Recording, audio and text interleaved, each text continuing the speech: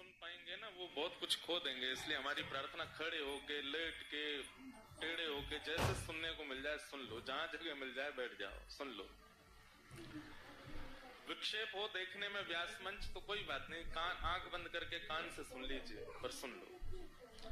अनुभव ज्यादा प्रचार नहीं करने चाहिए, क्योंकि हम वक्ता हैं तो कई बार श्रोताओं के चित्त में विश्वास प्रकट करने के लिए अपने अनुभव बताने पड़ते हैं। लाल जी के साथ हुए अनुभव, संतों के साथ हुए अनुभव, सिद्ध पीठों में जाकर के किए हुए अनुभव। पर हमारे रसिक संत कहवें कि प्रेम बतावे सो प्रेम घटे। प्रेम का जितना प्रचार, अनुभव का जितना प्रचार हम कर देते हैं, उतना अनुभव घट जाता है, उतना वह प्रेम और वह होने वाला जो भाव है घटने लगता है। इसलिए अनुभूतियों को गुप्त रखना चाहिए। व्यक्ति अपने दोषों को गुप्त रखता है, अपने गुणों का प्रकाश कर देता है। इसीलिए दोष सदा रह जाते हैं और गुण चले जाते हैं। गुण का प्रकाश कर देता है। अब आप लुधियाना में कई लोगों को जानते होंगे, वो लोग जरूर प्रकाश करते होंगे, महाराज जी हम तो हर महीना गिरिराज जी जाते हैं, हर महीना हमारी परिक्रमा है, गिरिराज जी में जाकर के भंडारा करते हैं, पूड़ी सब्जी दाल चावल सब सेवार्थियों को बांटते हैं, परिक्रमा करने वालों को बांटते हैं। हम तो महाराज जी एक बस भर के सबको हर वर्ष हरिद्वार ले जाते हैं, गंगा स्नान कराते हैं, फ्री ऑफ कॉस्ट, 1 रुपया नहीं लेते। क्यों बताना है? दोष छुपा लिए, और जो छुपा है वो रह जाता है, और जो बता दिया वो निकल जाता है। धीरे धीरे गुण खत्म होने लग जाते हैं और दोष सदा के लिए चित्त में रह जाते हैं। इसलिए क्या करो, ऐसा भी नहीं कि दोष का प्रचार करो पूरे विश्व में कि मैं कामी, मैं क्रोधी, मैं लोभी। सूरदास जी तो कर देते हैं एक पद में, कौन कुटिल खल काम मौसम, कौन कुटिल खल काम, जो तन दियो ताहि बिसराया, जो तन दियो ताहि बिसराया, ऐसो नमक हरामी, ऐसो नमक हरामी, मौसम कौन कुटिल खल काम, मौसम कौन कुटिल। देखो सूरदास जी ने अपने दोष का ऐसा प्रकाश किया कि वो सूरदास बन गए। दोष गा दिया तो दोष निकल गया, दोष बता दिया तो दोष चला गया। दोष को बताया नहीं जाता, इसीलिए रह जाता है। वैद्य को पीड़ा ना बताई जाए, डॉक्टर को पीड़ा ना बताई जाए, तो अपनी रोग ना बताया जाए, रोग रह जाएगा। और एक समय आने पर वो धीमे धीमे इतना बड़ा होगा कि जिसका उपचार नहीं हो सकता, ऐसा रोग बन जाएगा, और फिर डॉक्टर कुछ नहीं कर पाएगा। इसलिए दोष का प्रचार सबको मत करो, पर आचार्यों को, गुरुजनों को, वैष्णव जनों को, और सबसे बड़ी बात ठाकुर जी को जरूर बताओ। नाथ हम योग्य तो नहीं, हमारी सामर्थ्य तो नहीं, ये जितना बवाल हमने कर रखा है ये सब आडंबर मात्र है, हम कैसे हैं ये आप जानते हो।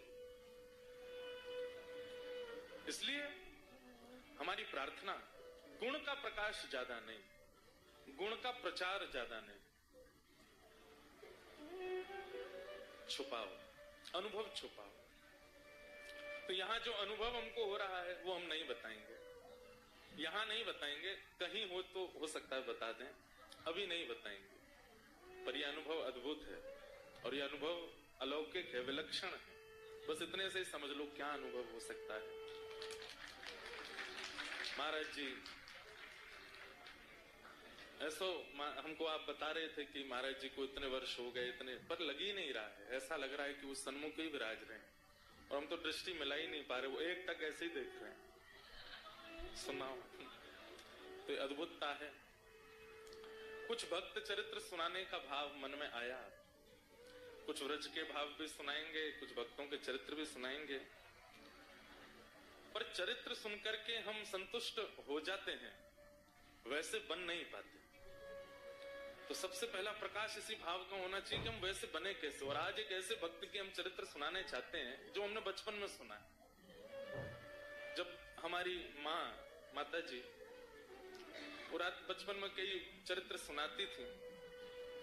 हमारे भारत में एक दिव्य महापुरुष हुए, परम पूजनीय प्रातः स्मरणीय भक्तमाली श्री नारायण दास जी महाराज, श्री बक्सर वाले मामा जी। उनके कथा हमारी माता जी बहुत सुनती हैं और उन्हीं के द्वारा सुनाया गया बचपन का एक प्रसंग आज मैं उसको दोहरा रहा था कि पहली बार सिद्धपीठ जा रहे हैं तो वहां क्या सुना। तो परम भक्त श्री चंद्रहास जी का चरित्र सुनाएंगे, जितना संभव हो पाएगा आप सब लोग सुनिएगा। 2 दिन का ही समय है, आज और कल। पर भक्त के लक्षण, एक बात हमारी बहुत ध्यान से सुनिए सब लोग। हम हर कथा में एक बात कहते हैं कि भक्त कैसे बने। 2 प्रकार के भक्त हैं। एक भक्त तो वो जिसको ठाकुर जी प्रिय हैं, एक भक्त तो वो जिसको ठाकुर जी प्रिय हैं, और दूसरा भक्त वो जो ठाकुर जी को प्रिय है। हमारी श्रेष्ठता, हमारी योग्यता, हमारा साफल्य और हमारा सब कुछ क्या है, हमको ठाकुर जी प्रिय रहे है। पर एक दिन ऐसा आवे कि ठाकुर जी को हम प्रिय लगने लगे, हरि प्रिय। हम अभी ऐसे बन नहीं पाए। अच्छा, इसका प्रमाण क्या है कि हम ठाकुर जी को प्रिय लग चुके हैं? आप संतन को प्रिय लगने लग जाओ, वैष्णवन को प्रिय लगने लग जाओ, ब्रजवासीन को प्रिय लगने लग जाओ, जिनके मस्तक पर तिलक धारण है, कंठ में कंठी धारण है, जिह्वा पर नाम धारण है, एकादशी व्रत नियम निष्ठा से करते हैं, उनको आप प्रिय लगने लग जाओ, समझ जाओ आप धीरे धीरे आप हरि प्रिय हो रहे हो। पर हरि प्रियों के लक्षण क्या है, उसका श्रीमद् भागवत जी के एकादश स्कंद में बहुत सुंदर वर्णन किया, इसलिए ध्यान से सुन लीजिए। हरि प्रिय बनना है। हरि तो सबके प्रिय है, उन्हें जो एक बार देख लेता है वो उनका प्रिय हो ही जाता है। पर उनको कौन प्रिय लगता है, उसके लक्षण क्या है, ध्यान से सुनो। और ये समस्त लक्षण श्री चंद्रहास जी में। सर्वभूतेषु यः पश्येत् भगवद् भावमात्मना भूतानि भगवत्यात्मन् एष भागवतोत्तमः। इसको कहते हैं उत्तम भागवत। उत्तम मध्यम साधारण। हम आप सब लोग साधारण स्थिति में हैं अभी। साधारण से मध्यम बनने का प्रयास करो और मध्यम से उत्तम। साधारण को भगवान प्रिय होते हैं, उत्तम भगवान को प्रिय होता है। आपको राधारमण जी प्रिय हैं, राधारमण जी को आप प्रिय हो, ये बात अभी कच्ची है ना, अभी आप प्रिय नहीं हो। राधा वल्लभ जी आपको प्रिय है, पर राधा वल्लभ जी को आप प्रिय हो, ये बात अभी आप नहीं कह सकते।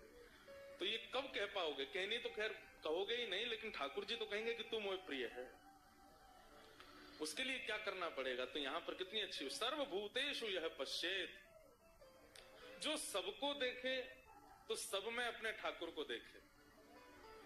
ये भी राधा रमण, वो भी राधा रमण, यहाँ भी राधा रमण, पीछे भी राधा रमण, ये भी राधा वल्लभ, वो भी बिहारी जी, सब मेरे ही हैं। सबके चित्त में ठाकुर जी हैं। यहाँ जितनी माताएं बैठी हैं, भाई लोग बैठे हैं, इनका रूप देते हैं। चश्मा पहन के राधा रमण जी आए हैं, कैसी दाढ़ी सी बढ़ाई के राधा रमण जी आए हैं। कई बालक ऐसे बाल खड़े कर ले, वाह राधा रमण लाल क्या हेयर स्टाइल करके आए हैं। मुकुट में तो बहुत देखे, पगड़ी में तो बहुत देखे, ये बढ़िया। ऐसी दृष्टि हो, बोलना नहीं है पर दृष्टि में आ जाए। कहीं श्री हरिराम व्यास जी हमारे व्रज के परम रसिक संत हुए। हरित्रयी हैं वृंदावन में, स्वामी श्री हरदास जी, श्री हितरवंश महाप्रभु और श्री हरिराम व्यास। हरिराम व्यास जी के चरित्र में आता है कि हरिराम व्यास जी सबको कैसे देखते हैं। कोई जैसे कई लोगों की हाइट नहीं बढ़ पाती, छोटे रह जाते हैं, ठिकने से ही रहते हैं, तो हरिराम व्यास जी देखते कि देखो वामन भगवान आ रहे हैं चलते हुए, छोटे से वामन भगवान। कोई बहुत क्रोधी दिख जाता, बात बात पर क्रोध आता है, गुस्सा आता है, सबसे लड़ने बैठ जाता है, कलेश ही करता रहता है। अब संसारी दृष्टि में तो हम लोग उसको दोष देख लेते हैं, अरे राम इससे तो दूर ही रहो, इससे लड़ता ही रहता है। पर हरिराम व्यास जी कैसे कोई बहुत लड़ने वाला दिख जाता, ओहो परशुराम जी हैं, चित्त में परशुराम जी विराजमान, नेक में ही क्रोध आ जाए। किसी को बहुत चंचल देख लेते हैं, बहुत उधम मचावे, कभी यहाँ कभी वहां, कभी ओहो ठाकुर जी हैं, ये तो कन्हैया लाल है, नंद जी को लाला आगो है। और कोई बड़ा धीर गंभीर एक आसन में बैठा है, धीमे बोलता है, कम खाता है, रघुनाथ जी हैं, साक्षात राम जी आए। कोई शरीर में बड़ा विशाल, एक तो होता है मोटा, मोटा नहीं कहेंगे, विशाल। कई लोग होते हैं उनकी जिम विम जा जाके ऐसी पूरी बना ली है अपना शरीर, विशाल काय लगता है उनका स्वरूप। कौन है वो? नृसिंह भगवान। देखते ही थर थर डर लग रहा है। अब हरिराम व्यास जी की ऐसी दृष्टि है, इसलिए श्री जुगल किशोर जी प्राप्त हुए। और एक कोई पक्षपात की बात नहीं कह रहा हूं मैं। वृंदावन में सबको अकेले लाला मिले, एकमात्र श्री हरिराम व्यास जी जिनको जुगल किशोर मिले, दोनों मिले। प्रिया जी भी मिली और प्रीतम भी मिले, पन्ना में विराजमान जुगल किशोर जी। क्यों? उनकी दृष्टि ऐसी है, वो किसी में दोष नहीं देखते, सब में हरि दर्शन करते हैं। और यही उत्तम भागवत का लक्षण है। जिसको देखो उसमें हरि दिख जाए। जित देखूं उदित श्याम मयि है, सर्वभूतेषु यह पश्येत भगवत भाव मात्मनः। और फिर दूसरी बात क्या? भूतानि भगवत्यात्मन एष भागवतोत्तमः। जब सबको देखे तो सब में ठाकुर जी, और जब मंदिर में जाके ठाकुर जी को देखे तो सब ठाकुर जी में। यही मेरे मैया हैं, यही मेरे पिता हैं, यही मेरे चाचा हैं, यही मेरे ताऊ जी हैं, यही मेरे दादा हैं, यही मेरे पति हैं, यही मेरे बालक हैं, सब यही, और कोई नहीं। ये दृष्टि जिसकी बन गई है वो उत्तम भागवत है। समय लगेगा, इतनी जल्दी नहीं बन पाएगी दृष्टि, पर प्रयास तो करो। अगल बगल वाले ने देखो, दिख रहे हैं ठाकुर जी वहां में? देखो अगल में बगल वाले, देखो बैठे, कितने सारे ठाकुर जी बैठे हैं, कितने सारे ठाकुर जी बैठे, सबको देखो। ऐसी ही दृष्टि बन गई परम भक्त श्री चंद्रहास जी की। चंद्रहास जी किसके शिष्य हैं? श्री नारद जी महाराज। जैसे ध्रुव जी का चरित्र आता है, जैसे प्रहलाद जी का चरित्र आता है, वैसे ही श्री चंद्रहास जी का चरित्र है। नारद जी के 3 ही भक्त हुए हैं जिन्हें नारद जी ने दीक्षा प्रदान की है। उसमें एक ध्रुव जी हैं और प्रहलाद जी हैं, चंद्रहास। बहुत ध्यान से एक बात सुनिएगा। एक तो जिनको जानो होए करे ना बीच में, वो बाद में आए करो लास्ट में। अब 9 बजे तक कोई उठे नहीं, कम से कम जहां तक हमारी दृष्टि जा रही है वहां तक, तो भाई हम कहने में सुख मिलेगा हमको। ऐसे तो अनेक भक्त हुए श्री नारद जी के, पर नारद जी से अगर कोई पूछता कि आपके कितने शिष्य हैं, तो वो 3 ही नाम बोलते थे, ध्रुव, प्रहलाद और चंद्रहास। किसी ने कहा नारद जी आप इन्हीं का नाम क्यों बोलते हैं? बोले कि भैया क्योंकि इन तीनों ने इतिहास बदल दिया। कैसे? श्रीमद् भागवत जी में ध्रुव चरित्र सबने सुना, प्रहलाद चरित्र सबने सुना, पर ध्रुव और प्रहलाद का चरित्र सुना कौन रहा है? नारद जी, स्वयं नारद जी। शिष्य के मुख से गुरु की प्रशंसा सुनी होगी, पर गुरु के मुख से शिष्य की कथा। सोचिए शिष्य किस स्थिति का होगा कि गुरु उसकी रचना बता रहा, उसकी पूरी लीला सुना रहा है। नारद जी महाराज चंद्रहास जी का चरित्र सुनाते हैं। ध्रुव जी का चरित्र सुनाया, प्रहलाद जी का चरित्र सुनाया, और अब चंद्रहास का चरित्र किसको सुना रहे हैं? अर्जुन को। अर्जुन सुन रहे हैं। बहुत सावधानी से सब लोग श्रवण करो। बहुत प्राचीन कथा है चंद्रहास जी की। महाभारत के युद्ध से पूर्व और युद्ध के बाद पांडवों ने 2 यज्ञ किए। युद्ध से पूर्व किया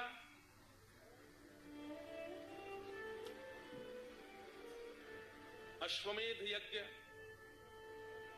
युद्ध के बाद किया अश्वमेध यज्ञ, और युद्ध से पूर्व भी एक यज्ञ पांडवों ने किया।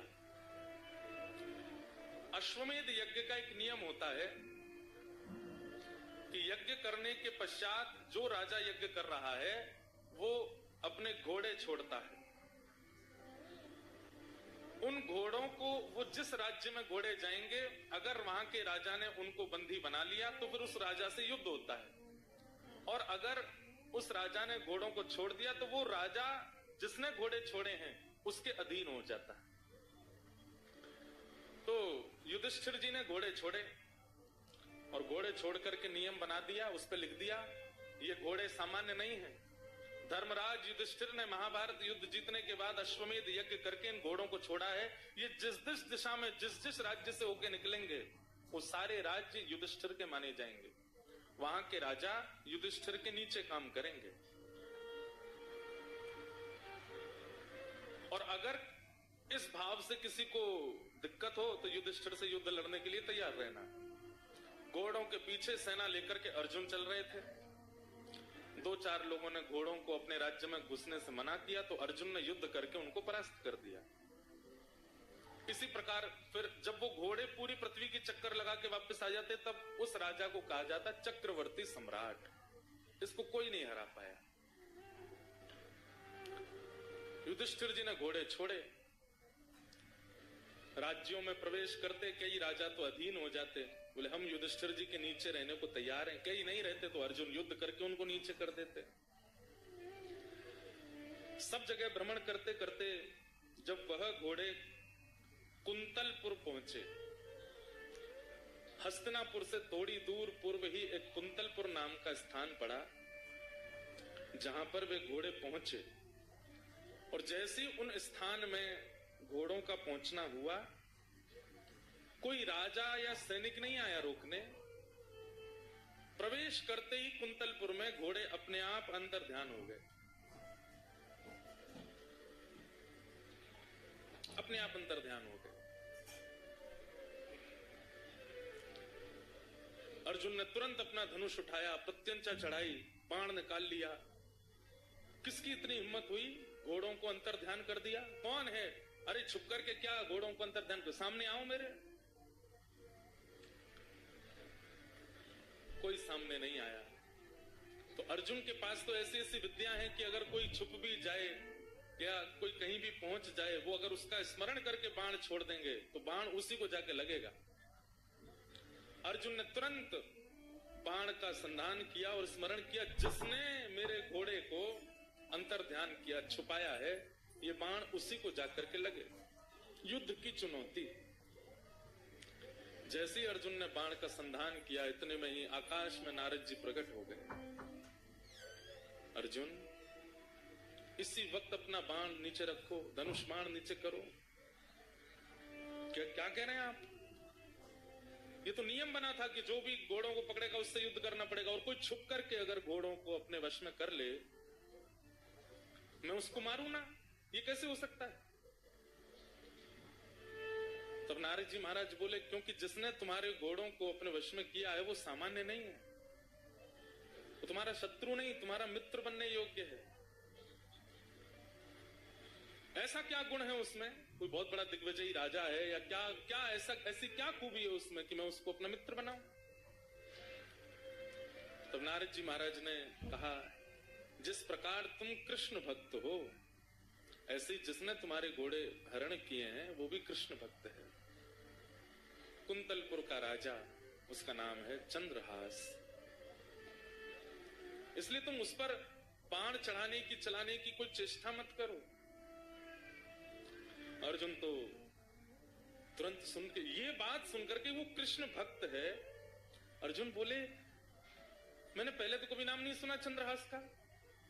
बोले, जरूरी थोड़ी है कि सारे भक्त प्रकट ही होते हैं, कई अप्रकट भक्त होते हैं, और अप्रकट भक्त ठाकुर जी को अति प्रिय होते हैं, जो अपनी भक्ति प्रकट ही नहीं करते, पता ही नहीं चलने देते। बगल वाले को नहीं पता, बगल वाले की बात पत्नी को नहीं पता कि ये भक्त है। ऐसे भक्तों के चरित्र भी भक्तमाल जी में। अंतर्निष्ठ राजा, पत्नी को ही नहीं पता कि पति भक्त है। ऐसी भक्ति जो करते हैं ठाकुर जी, उन्हें सामान्य भक्ति करने वाले से 50% ज्यादा प्रेम करते हैं, जो अपनी भक्ति को प्रकट नहीं करते। अब आप इतनी संख्या में आए, हम कथा करने जाते हैं, इतनी संख्या में लोग आ जाते हैं, इतनी बुरी स्थिति कई जगह होती है कि हाथ पांव टूटने तक की स्थिति हमारी बनती है कई बार। पर ये कोई बहुत प्रशंसा की बात नहीं है। इतने लोग जानते हैं, इसका मतलब ठाकुर जी हमसे ज्यादा दूसरों को प्रायोरिटी देंगे, क्योंकि हमारी भक्ति प्रकट हो गई, हमारे प्रवचन प्रकट हो गए, हमारे भाव प्रकट हो गए। हाँ, हमारी कथा सुनकर के या हमारे जैसे आचार्यों की कथा सुनकर के अगर कोई व्यक्ति अंतर्निष्ठ भक्त बन गया, छुपा हुआ भक्त, तो ठाकुर जी हम पे भी कृपा कर सकते हैं कि तेरे प्रवचन सुन के देख, या के चित्त में अंतर्निष्ठ भक्ति आई है, तो या के संगतों पे भी कृपा होगी।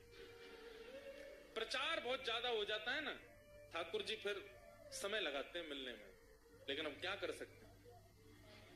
कलयुग में युवाओं का आप सब लोगों को कथा सुना करके भी तो कुछ ना कुछ, ठीक है आप पहले मिल ली हो ठाकुर जी से, पर ठाकुर जी से कहते हो इनकी कथा सुन के आए, इनको भी बुला लो ऐसा कुछ कर लेना। तो अंतर्निष्ठ भक्त जो होता है वो ठाकुर जी को बहुत प्रिय होता है, जिसकी ज्यादा प्रचार नहीं, जिसको ज्यादा लोग जानते नहीं, ठाकुर जी को बहुत प्रिय। हमारे ब्रज में कई अंतर्निष्ठ महात्मा है जिनको कोई नहीं जानता, गिरिराज जी में, वृंदावन में, बरसाने में, नंदगांव में। और अगर कोई लोग आ भी जाते हैं ना तो वो दूर से ही देख लेते हैं, और जैसे देखते हैं कि कोई हमसे मिलने के लिए आ रहा है, इसको किसी ने हमारे बारे में बता दिया, तो वो ऐसी हरकत करने लगते हैं कि आदमी सोचता है कि पागल हैं, डर के मारे भाग जाते हैं कि हमारे पास कोई ना आवे, हमसे कोई ना मिले। ऐसे कई भक्त हैं ब्रज में।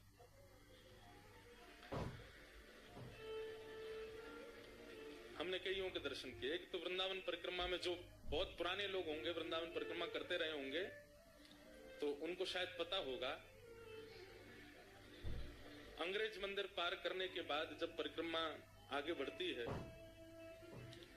और धानु का आश्रम आदि सब पार करने के बाद एक चौराहा पड़ता है, जहां से हमारे आजकल परम पूजनीय श्री प्रेमानंद जी महाराज निकलते हैं परिक्रमा मार्ग में, जहां से वो आते हैं, उस स्थान पे, उसी जगह पे, उसी चौराहे पे एक बाबा पड़े रहते थे निर्वस्त्र, और वो चलते फिरते परिक्रमा करने वालों को कंकड़ पत्थर मार देते थे। कई लोग नहीं जानते थे तो उनसे लड़ने चले जाते थे, कई लोगों ने उनके साथ में खूब गंदा व्यवहार भी किया, परंतु वो अंतर्निष्ठ महात्मा थे, निर्वस्त्र रहते थे बिल्कुल। दिसंबर जनवरी भयंकर कोहरा में भी निर्वस्त्र पड़े रहते थे, कोई कंबल दे जाए तो पहन लेते थे, कोई रोटी दे जाए तो पा लेते थे। अब वो नहीं है शरीर से, पर वो अंतर्निष्ठ महात्मा थे। ऐसे भक्तों को जो अपनी भक्ति छुपाते हैं उनको ठाकुर जी बहुत जल्दी प्रेम करते हैं। तो अर्जुन ने जैसे ही सुना कृष्ण भक्त,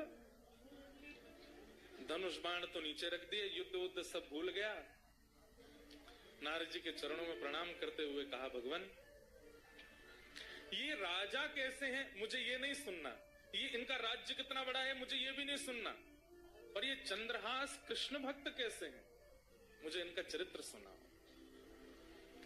और आपको सुनकर के आश्चर्य होगा, नारद जी महाराज बोले तो फिर अस्त्र शस्त्र दूर रखो, अस्त्र शस्त्र दूर रखे, बोले पूरी सेना को कहो ये भी अस्त्र शस्त्र दूर रखे, सब लोग बिल्कुल श्रोता बन करके बैठो। कहां रणभूमि में रण करने के लिए जा रहे थे, लेकिन जैसे ही कहा कि मुझे चंद्रहास जी का चरित्र सुनाओ, नारद जी ने कहा अस्त्र शस्त्र दूर करो।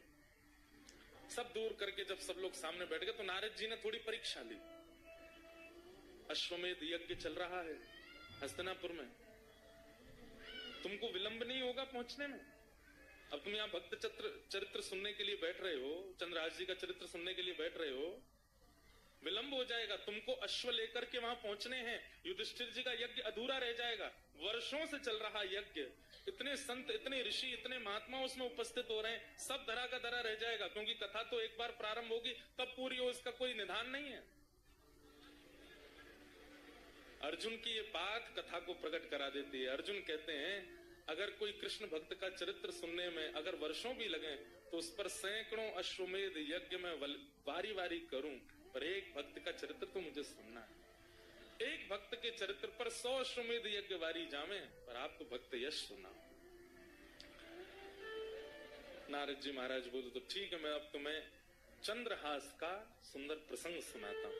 जैसे ही नारद जी ने कहा मैं प्रसंग सुनाता हूं, इतने में एक दिव्य तेज प्रकट हुआ, और तभी क्या देखते हैं, आहा, वंशी विभूषित करा नवनीर दाभा, पीतांबरा दरुण बिंब फलाधरोष्ठा, पूर्णेन्दु सुंदर मुखारविंद नेत्रा, कृष्णा परम किमपि तत्त्वमहम्। एक तेज प्रकट हुआ। अर्जुन बोले ये तेज कैसा? अर्जुन को लगा शायद चंद्रहास जी आ रहे होंगे, पर जैसे ही तेज विश्राम हुआ, मुरली मनोहर श्याम सुंदर प्रकट हो गए, और प्रकट होकर के अर्जुन के बगल में आसन लगाया, वहीं बैठ गए। अर्जुन बोले नाथ ये कैसी लीला आपकी? बोले भागवत की कथा सबको सुनने का अधिकार है, भक्त चरित्र का मुख्य श्रोता तो मैं हूँ, सबसे पहले मैं आकर के बैठूंगा, व्यास जी का तिलक करूंगा तभी कथा होएगी, भक्त चरित्र तो मैं सुनता हूँ। चंद्रहास का चरित्र यहाँ पर सुनाया जाएगा या किसी भी भक्त का चरित्र सुनाया जाएगा, मेरे बिना नहीं प्रारंभ हो सकता, तो मुझे आना पड़ेगा। आप सब इतनी संख्या में बैठे हैं, आप सबके बीच में मुंह छुपाए चुपचाप ठाकुर जी बैठे हैं, क्यों? एक भक्त चरित्र प्रारंभ हो रहा है। भक्त का चरित्र तो ठाकुर जी सुनते। ठाकुर जी प्रकट हो गए, अर्जुन के बगल में आकर के बैठ गए। अर्जुन के तो भाव ऐसे प्रकट हो रहे हैं, नाथ कितनी कृपा। नारद जी महाराज भावुक हो गए, भगवान आज्ञा हो तो अब मैं चरित्र सुनाना प्रारंभ करूं। ठाकुर जी बोले निश्चित सुनाओ, अब कोई विघ्न नहीं आएगा, कोई रुकावट नहीं आएगी, तुम तो सुंदर अब चरित्र सुनाओ। केरल देश में एक राजा थे, बड़े प्रतापी राजा, और उन प्रतापी राजा के यहां एक पुत्र ने जन्म लिया, जिनका नाम उन्होंने रखा चंद्रहास। धीरे धीरे बालक जब 3 वर्ष का हो गया, बहुत सावधानी से सुनिएगा सब लोग, बालक जब 3 वर्ष का हो गया तब केरल देश में एक शत्रु राजा ने चढ़ाई की, और ऐसी चढ़ाई की कि पूरे केरल देश को अपने वश में कर लिया। अनंत संख्या लेकर के सैनिकों की आया पूरे। हेलो मोटो।